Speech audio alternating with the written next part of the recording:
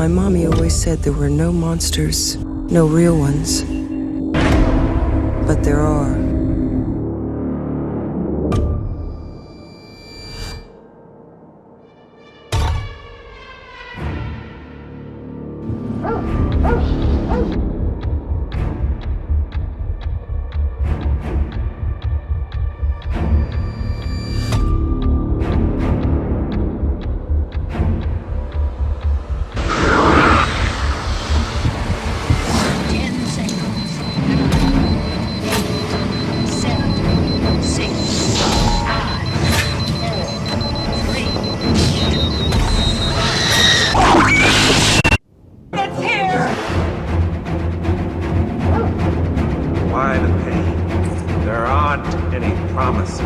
Nothing's certain, only that some get called, some get saved. It's moving all over the place! She won't ever know the hardship and grief for those of us left behind. We commit these bodies to the void with a glad heart.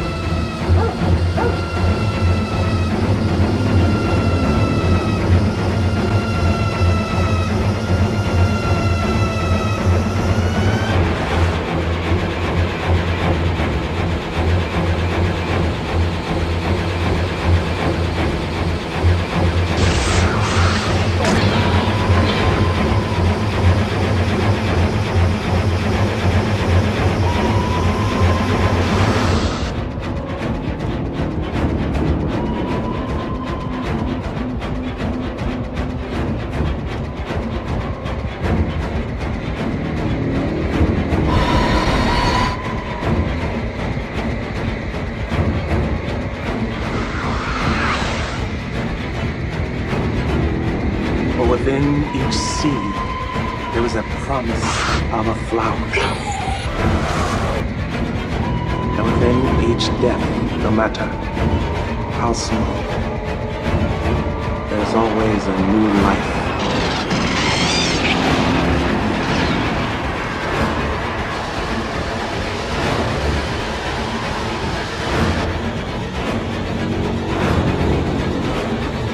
A new beginning. Amen.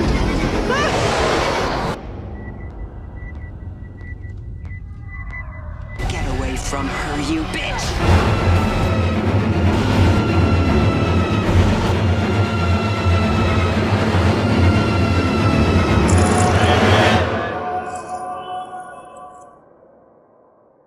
Alright, welcome back to a new episode of the Paradox Analyzer, and today we're gonna talk about...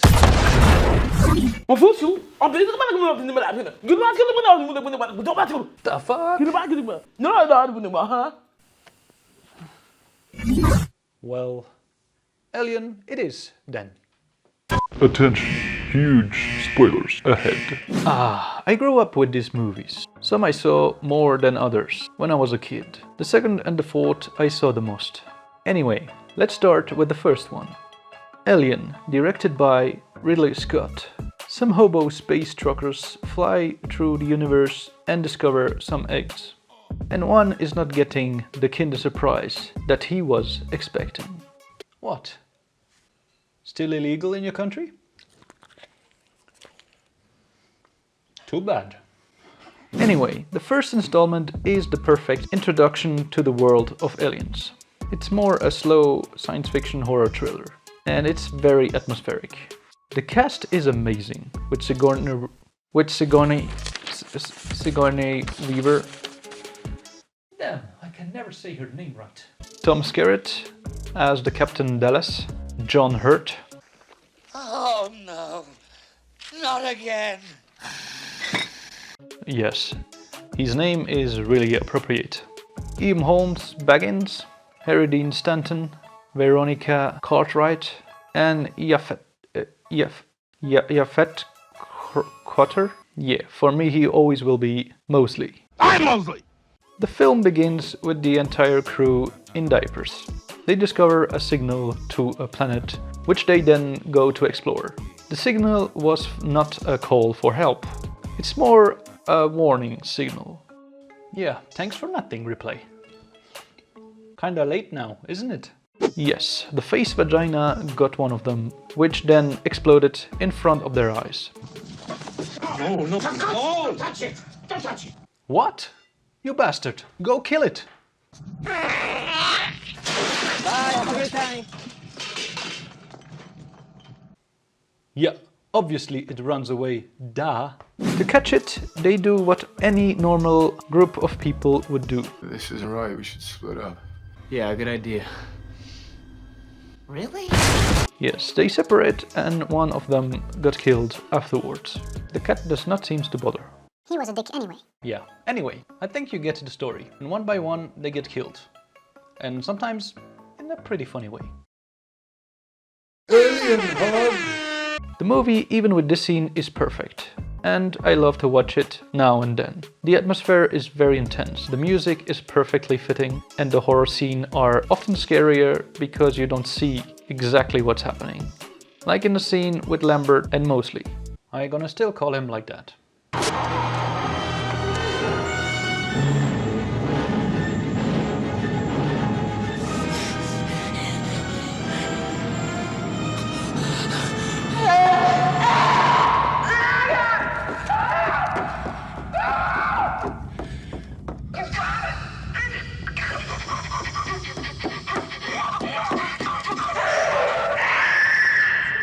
Very intense. I was really surprised by the director, Scott. And there is one scene that was very creepy and cool. It's a scene I have never seen before, and I was very surprised by it. The flashes, the hopelessness, just a beautiful and creepy moment. Ridley Scott did a great job with the first one, but it could have gone extremely wrong. In the first script, he wanted to kill off Ripley. The alien beheaded her and then communicate with Dallas's voice to the base. What? I think with that ending, the movie would have been forgotten rather quickly. We are lucky the studio said no. What the fuck, Ridley? Aliens. Oh yeah. Welcome to hell. We have here some space marines that are about to get their asses kicked. What can I say about this one? Probably the best one for me. The character, the story, the music, the plot, just everything seems to be in line. Maybe I like it because I had a traumatic experience with this one as a kid.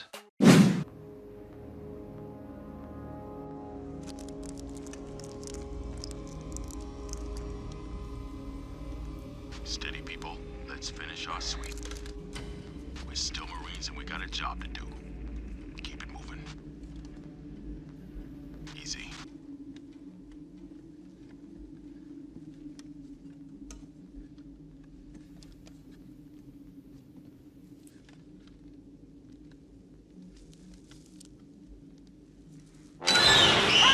What? Top, get over here, we got a live one! You're gonna be alright, you're gonna be alright. Please. Kill me. Just stay calm, we're gonna get you out of here.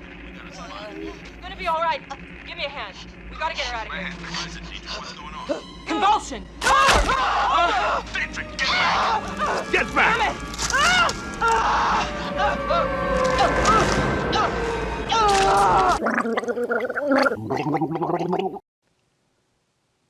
I couldn't sleep for nights. Anyway. So there's not much bad things to say about it. Maybe the sound could have been a bit different when they slaughter some Xeno.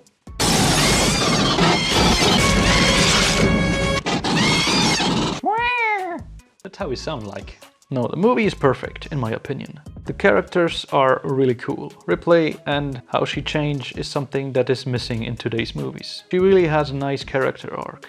She goes through the loss of her daughter, but then she becomes a mother-like figure to Newt and does everything she can to protect her. So yeah, Hollywood, that's how you write a strong female character and not all the bullshit. The message. Anyway, we have also Kyle Reese, the best robot bishop, the amazing Bill Paxton, rest in peace, the strong Vasquez, and many others. If you're seeing this movie for the first time, I recommend watching the theatrical version first, and then the extended version.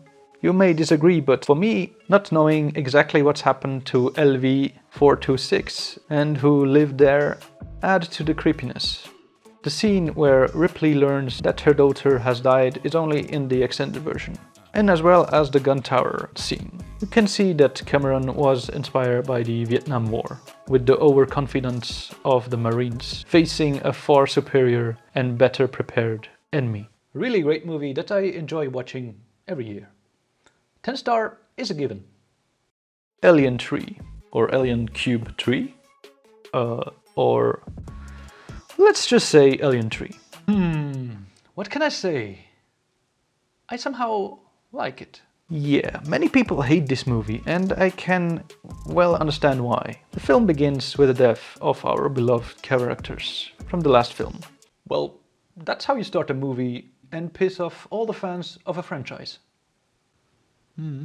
Yeah, as a kid, I didn't really understand that this was the sequel from Aliens, so the beginning didn't bother me at all. I also saw them in the wrong order, so it didn't matter to me. Anyway, back to the movie. Alien 3 was doomed from the start. It's one of those that was in development hell and a million of people who worked on it got fired. You're fired, get out of here! Or left the project. Hell, even Fincher doesn't want to be associated with this film. It's actually a miracle it still got made. Alien 3 is ugly, depressing, the effects are laughable, and we don't care about most of the characters. And yet, I like it. You see, there are still things that are well done.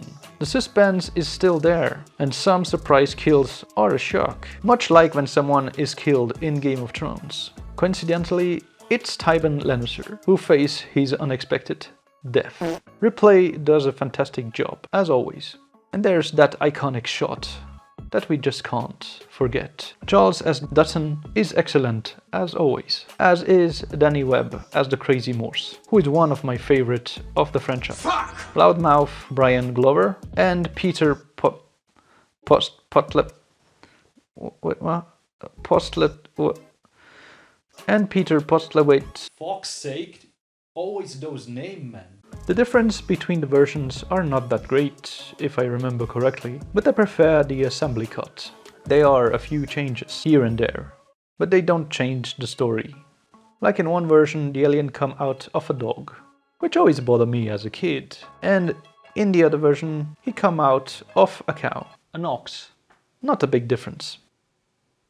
The chest burster at the end, which I won't show because I know some here haven't seen the movie yet. Shame on you. Another difference is the treatment with garlic. Garlic. You need to care more about the film. Okay, garlic then. Is it that really important? I mean, these characters are so bland and useless. You don't even know when a guy dies and in which scene. I mean, take that guy with the fake tear, for example. When did he die? I guess he died in the big explosion. But that's not even clear. It's just guys getting killed. We don't care about them. Okay, I get your point. Where I was earlier? Oh yeah, garlic. This guy has a more interesting story in the new version, and we see more of the outside. Are there any other difference? I don't remember much, but let me know in the comments if you do. Anyway, Alien 3 remind me more of the first Alien, because in this one, there's only one alien. The fact that there is no gun or weapon is similar as well. They have to fight with what they have. That makes it an entertaining alien movie for me. Certainly not the best, but not a terrible one, as many might say. I mean, if we want to talk about terrible, we just can talk about Prometheus or Alien. So yeah, I still gave this movie 8 stars on IMDb. Is it too high? Maybe. Then again, maybe not. I still have to rewatch it again. And maybe I will change it to 7 stars. But for now, it's an 8 for me. I also used to play a lot the Game Boy game about Alien 3. But yeah, as a kid I was terrible and died all the time. But the other bald guys died way more than me. Move, you bastard! Don't die! No! Well, too late then. Alien 4 or Alien Ressurection. Well, this one is absolutely awesome. You see, I've seen this one and Aliens the most.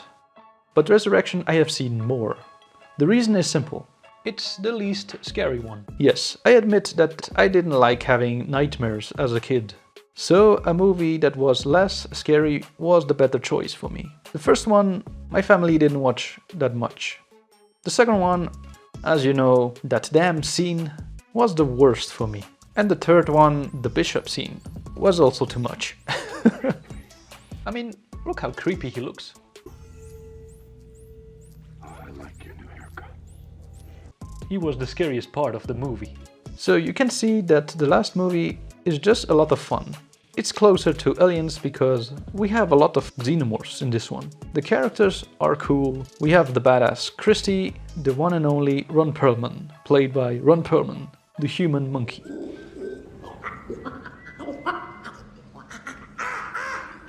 The wheelchair guy, Dominique Pignon.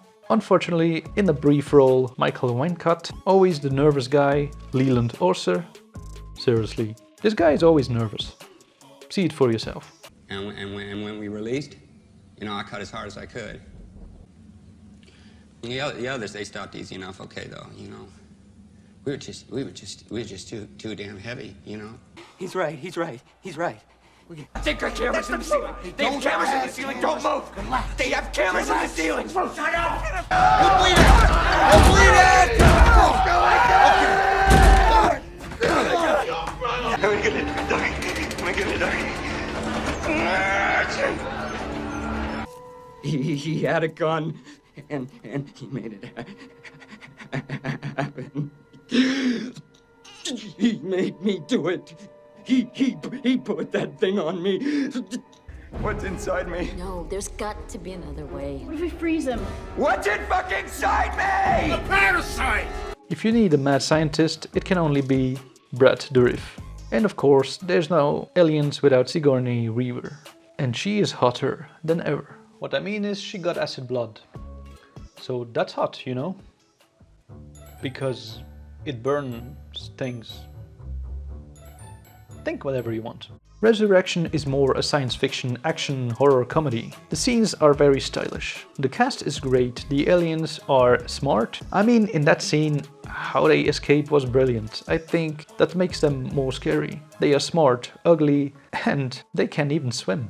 That is some nightmare stuff. The movie has some amazing death scene, better than many others. The movie has also some parallels to the first one. I mean, there's a lot of opposites. The shit is now... Wait.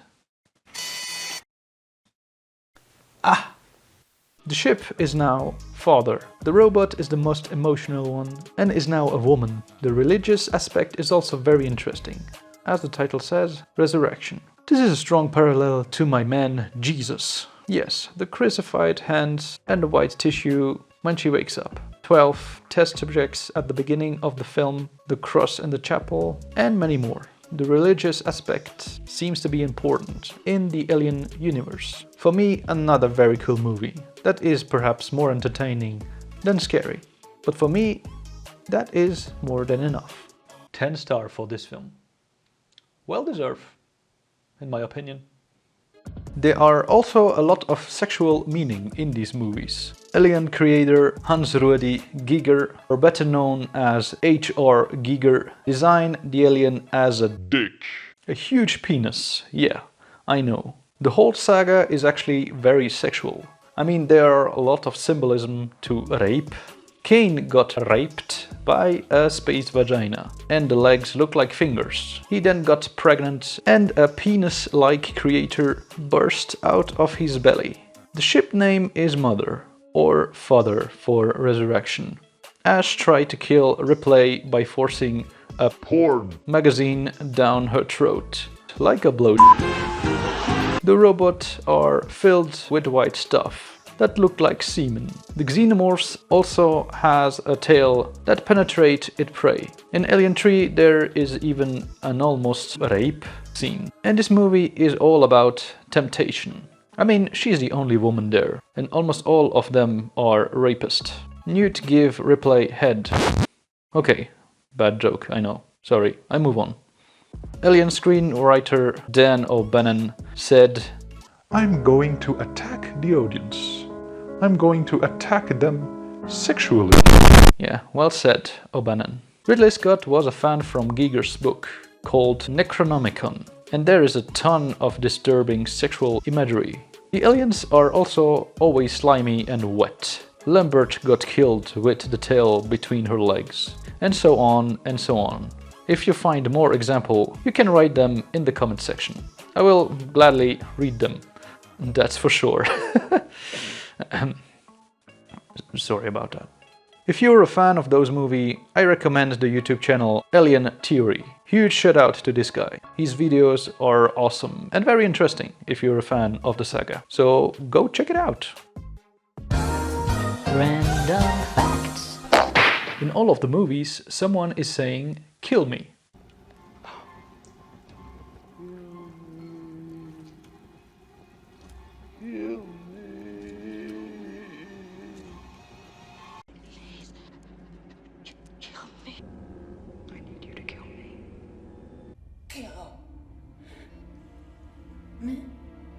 And now you know something more about aliens.